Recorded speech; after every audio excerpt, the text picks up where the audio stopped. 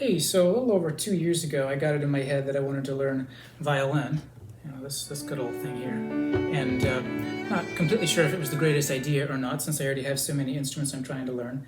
And you can only get so far if you're trying to work on a million things at once.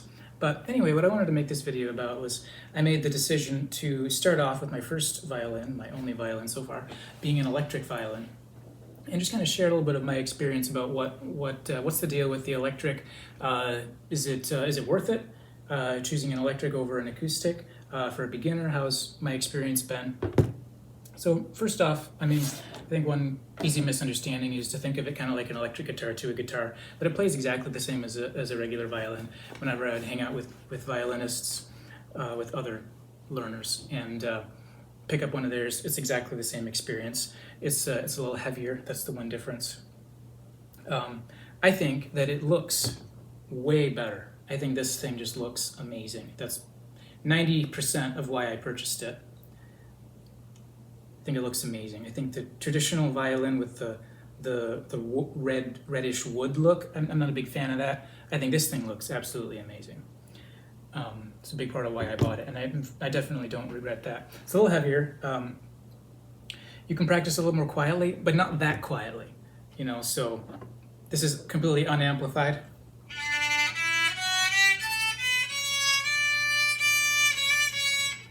Go a little quieter, then it'll be quieter. But if somebody was in the next room, that wouldn't make them feel very good, especially if I was playing like this. Then they would really very, very unhappy with me. So it's not like an electric guitar in that sense. Like if you pluck the strings of an electric guitar without being plugged in, it's very, very, very quiet.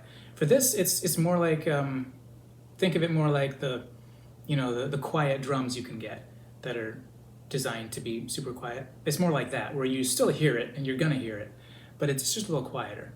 And then one of the big downsides, and this is one of the drawbacks that has made me think maybe I wish I'd have just started with the acoustic one, is the sound quality without being plugged in is a little grating, and it's not always convenient to plug in, so that's a bit of a drawback.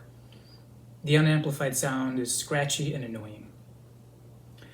And then, like any amplified instrument, it can never stop sounding like an amp. And I would plug it in and demonstrate, but you'll be hearing it through a phone or whatever, recorded through my iPad, so you won't really get the point by listening to that. But, same thing with an electric guitar, any amplified instrument, it sounds like an amp, and that's a bit of a drawback. It has that kind of fake quality to it, even though it sounds great. And I guess that's assuming that you don't have like a, $3,000 amp. One of the pluses, you can add reverb and stuff, which is kind of cool. The adding distortion is not particularly compelling. Let me show you what that sounds like. So I'll put this on a setting that. All right, so this is a setting that I like with guitar, and I'm just going to show you what it sounds like to play violin through that, and you'll instantly realize it's not worth chasing after.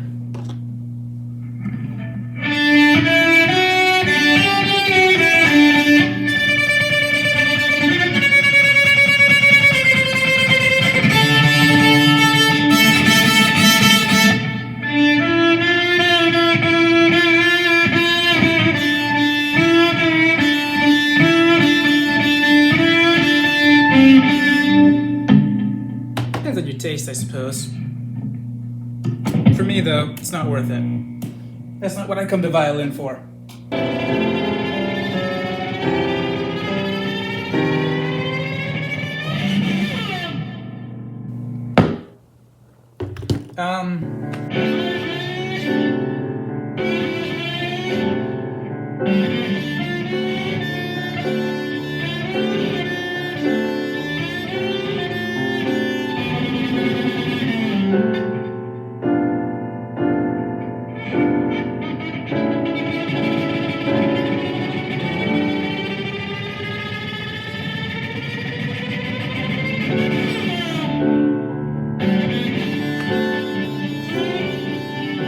Adjust the volume, but once again, you know, if you're really wanting a quiet experience, you'll play without it plugged in at all, and then it's just a grating kind of sound.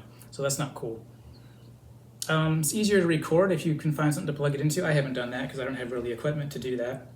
You can't take it anywhere without lugging around an amp. That's one thing that I definitely found annoying.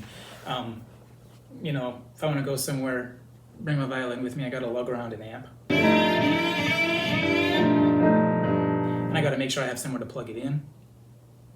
You know, so you've already got your violin bag over your shoulder, and then you got to lug around this amp and the cord. It just makes it a lot more annoying than just bringing your violin somewhere and pulling it out and playing it, you know. Now, here is the #1 problem, and I don't know if this is my model or all models, but in contrast to other amplified instruments, it's got its own power. You got to turn it on and off. And guess what it's charged by?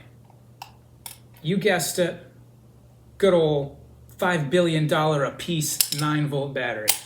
And that thing, if you go like this, you play it, and then you get done playing it, and you put your violin away, and you go to bed, get up the next day, guess what?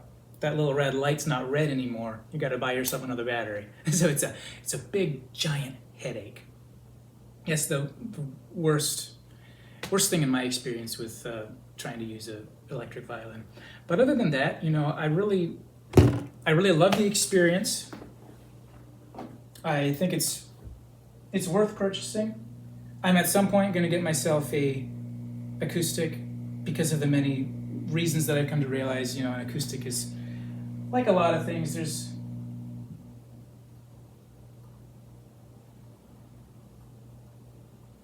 pros and cons, but really, acoustic is acoustic. But at the end of the day, whatever kind of violin you get, it's a violin, which means you've got to be kind of pitch perfect about it, which is all about muscle memory. If you try to do it like I did and do it largely by ear in the beginning, that's great, but make sure it's in tune or you'll develop some bad habits, make it a lot harder.